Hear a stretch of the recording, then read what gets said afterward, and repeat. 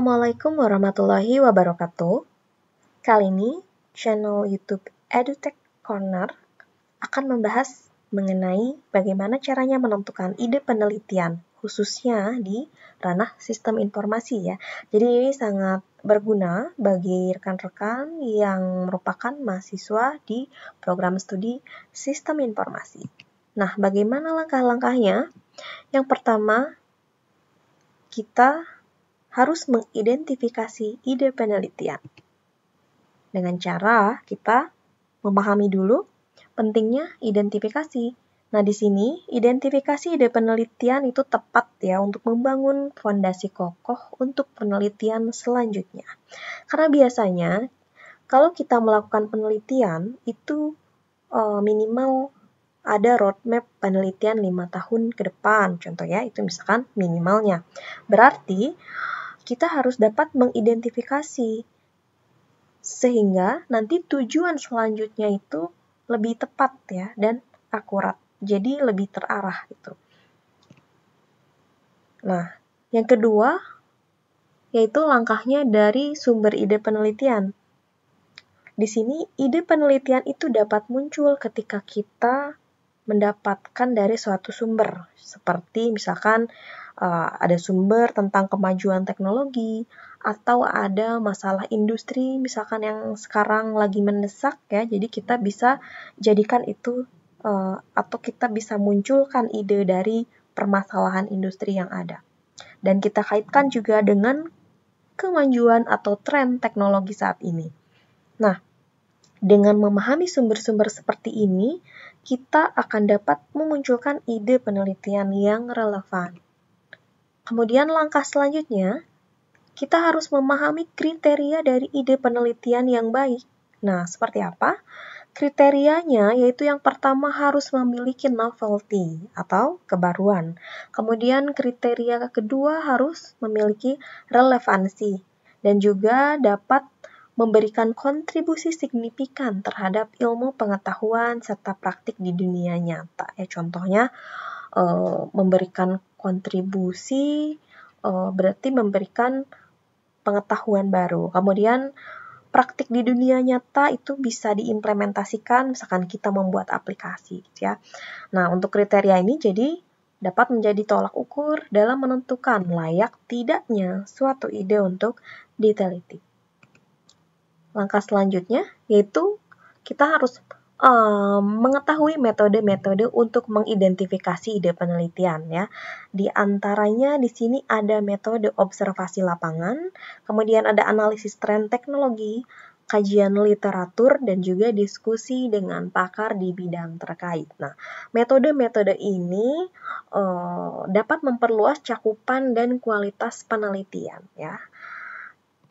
Nah, di sini kenapa kita harus melakukan metode observasi lapangan? Nah, biasanya dengan kita observasi lapangan, kita akan tahu permasalahan industri gitu. Contoh, kita melakukan observasi ke PT XYZ. Nah, ternyata saat kita observasi, kita menemukan permasalahan-permasalahan misalkan belum adanya aplikasi atau mereka masih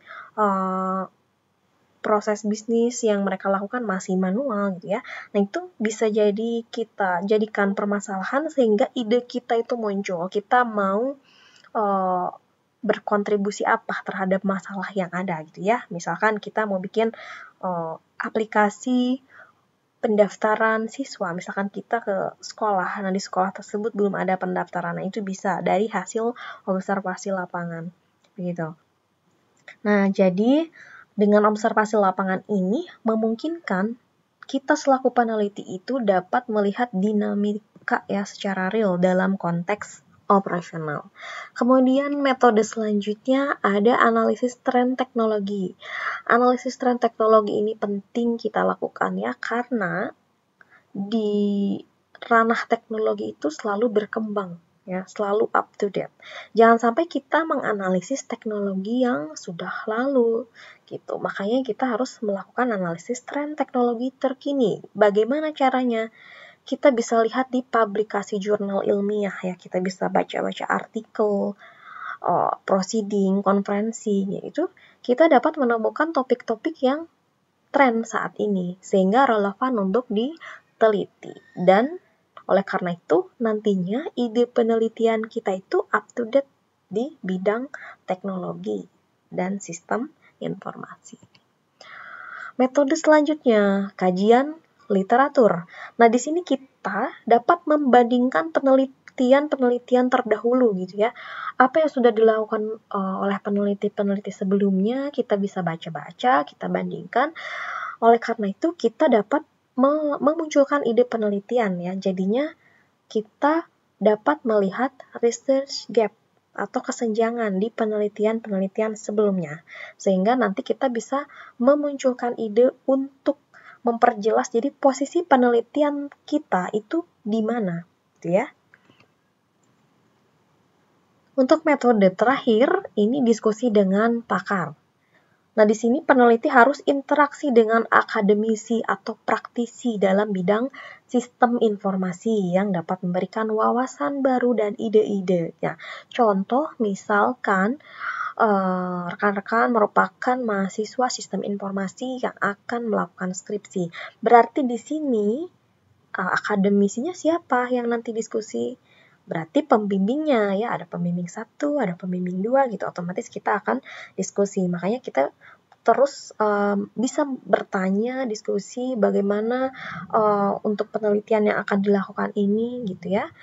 Kemudian selain itu, misalkan karena tadi kita punya objek penelitian, di tempat objek penelitian kita pasti ada tuh divisi TI atau SI. Nah, kita juga bisa diskusi dengan mereka gitu ya. Jadi di sini kita dapat menghasilkan perspektif yang berbeda mengenai permasalahan yang dihadapi. Oke. Selanjutnya, setelah kita mengetahui karakteristik, metode ya, kita lanjut melakukan perumusan ide penelitian. Nah, jadi setelah ide ditemukan, peneliti harus mendefinisikan permasalahan utamanya apa. Karena kan tadi awal mula misalkan kita menemukan permasalahan dari tempat atau objek penelitian sehingga ide kita muncul, dibarengi juga dengan studi literatur ya. Nah, kalau sudah memiliki ide atau kita sudah menemukan ide, itu harus kita definisikan permasalahan utamanya atau yang urgensi gitu ya. Nah, kemudian kita definisikan tujuan penelitiannya apa, serta manfaat yang diharapkan. Minimal ketiga ini harus kita definisikan untuk perumusan ide penelitian ya, karena merupakan langkah penting sebelum proses penelitian lebih lanjut dimulai. Oke. Lanjut ke teknik pemetaan tema riset ya, atau tema penelitian. Jadi tadi kita sudah mengidentifikasikan ide gitu ya, kita sudah menemukan ide, sudah tahu rumusan masalahnya, tujuan dan manfaat. Selanjutnya kita petakan ide menjadi suatu tema dalam penelitian ya. Jadi jangan langsung tiba-tiba mahasiswa kebanyakan bikin judul gitu. Padahal nantinya dalam judul yang sudah ditentukan itu belum tentu paham secara menyeluruh. Kadang dari judul yang diajukan ternyata isinya nanti beda gitu ya dengan yang ada di judul. Nah, jadi ada teknik yang harus dilakukan terlebih dahulu untuk pemetaan tema sehingga nantinya menjadi sebuah judul. Nah, ini kenapa pemetaan tema riset itu penting? Karena dapat membantu peneliti memahami ruang lingkup dan fokus penelitian ya, sehingga nanti penelitian yang dibuat itu terarah gitu ya. Kemudian dapat mengidentifikasi celah penelitian dan melihat hubungan antara konsep dalam sistem informasi. Selanjutnya, teknik pemetaan yang umum digunakan itu biasanya dapat diterapkan ya untuk membantu peneliti dalam merancang fokus penelitian. Nah, teknik-teknik ini biasanya mencakup pendekatan sistematik dan visualisasi yang memberikan wawasan secara mendalam.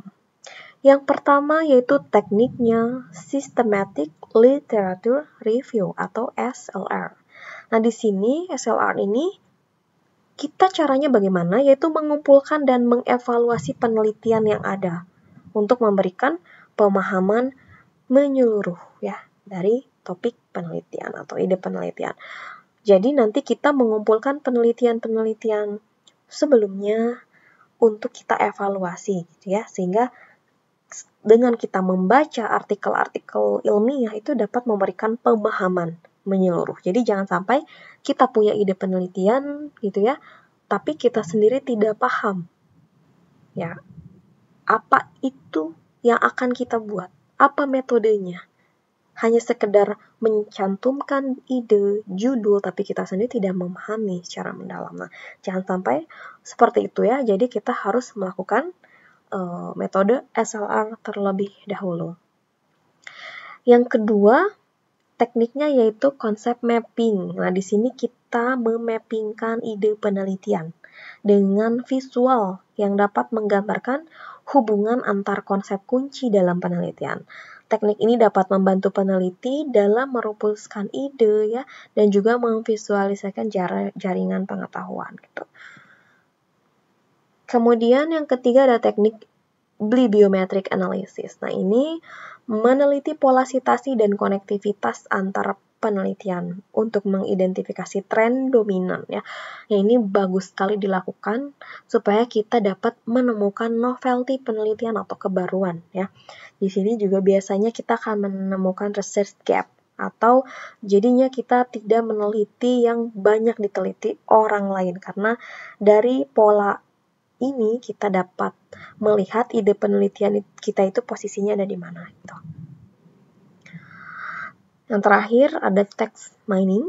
Text mining biasanya menggunakan teknik pemrosesan bahasa alami untuk menganalisis teks akademik ya. Metode ini dapat mengungkap tema-tema utama dan tren yang mungkin tidak terlihat dalam analisis tradisional. Selanjutnya ada manfaat pemetaan untuk peneliti ya. Untuk mapping ini yang tadi ada mapping, konsep mapping gitu ya. Manfaatnya yaitu pemetaan tema riset ini dapat memberikan manfaat signifikan bagi peneliti, termasuk mengidentifikasi celah penelitian dan mengarahkan fokus studi. Ya, ini juga dapat membantu memperkuat kontribusi penelitian terhadap bidang ilmu. Ini saya berikan contoh implementasi, misalnya ada kita tuh observasi lapangan gitu ya, ada kasus observasi lapangan. Kita observasi lapangan, kita itu melakukan ke beberapa perusahaan untuk memahami penerapan sistem informasi berbasis cloud. Nah, ternyata hasil observasi itu menunjukkan bahwa peningkatan efisiensi operasional hingga 30% dengan penggunaan cloud ya, dan mengidentifikasi tantangan dalam adopsi teknologi baru. Kemudian, analisis tren dalam penelitian. Tren teknologi saat ini menunjukkan peningkatan penggunaan AI dalam sistem informasi. Penelitian terbaru mengindikasi bahwa 75% perusahaan mengadopsi AI melaporkan peningkatan produktivitas dan pengurangan biaya operasional. Untuk studi kasus pemetaan tema riset, nah, dalam studi kasusnya, pemetaan tema riset ini mengidentifikasi celah penelitian dalam penggunaan big data, misalnya, untuk pengambilan keputusan bisnis. Hasil pemetaan menunjukkan bahwa banyak penelitian belum mengkaji, nah gitu ya. Jadi ketika kita pemetaan tema riset, kita menemukan hasil bahwa terdapat celah, bahwa penelitian ini belum dikaji secara mendalam oleh peneliti-peneliti lain gitu. Sehingga penelitian ini atau ide penelitian ini dikatakan memiliki novelty atau kebaruan. Jadi seperti itu ya baiknya. Nah, kira-kira itu saja yang dapat saya sampaikan dalam bagaimana caranya menentukan ide penelitian gitu ya. Untuk pembahasan bagaimana caranya mind mapping, kemudian teknik di biografi itu mungkin akan saya sampaikan di video-video selanjutnya. Terima kasih, semoga materi ini bermanfaat bagi kalian, terutama mahasiswa yang akan melakukan penelitian di Prodi Sistem Informasi. Sampai berjumpa lagi di video selanjutnya. Assalamualaikum warahmatullahi wabarakatuh.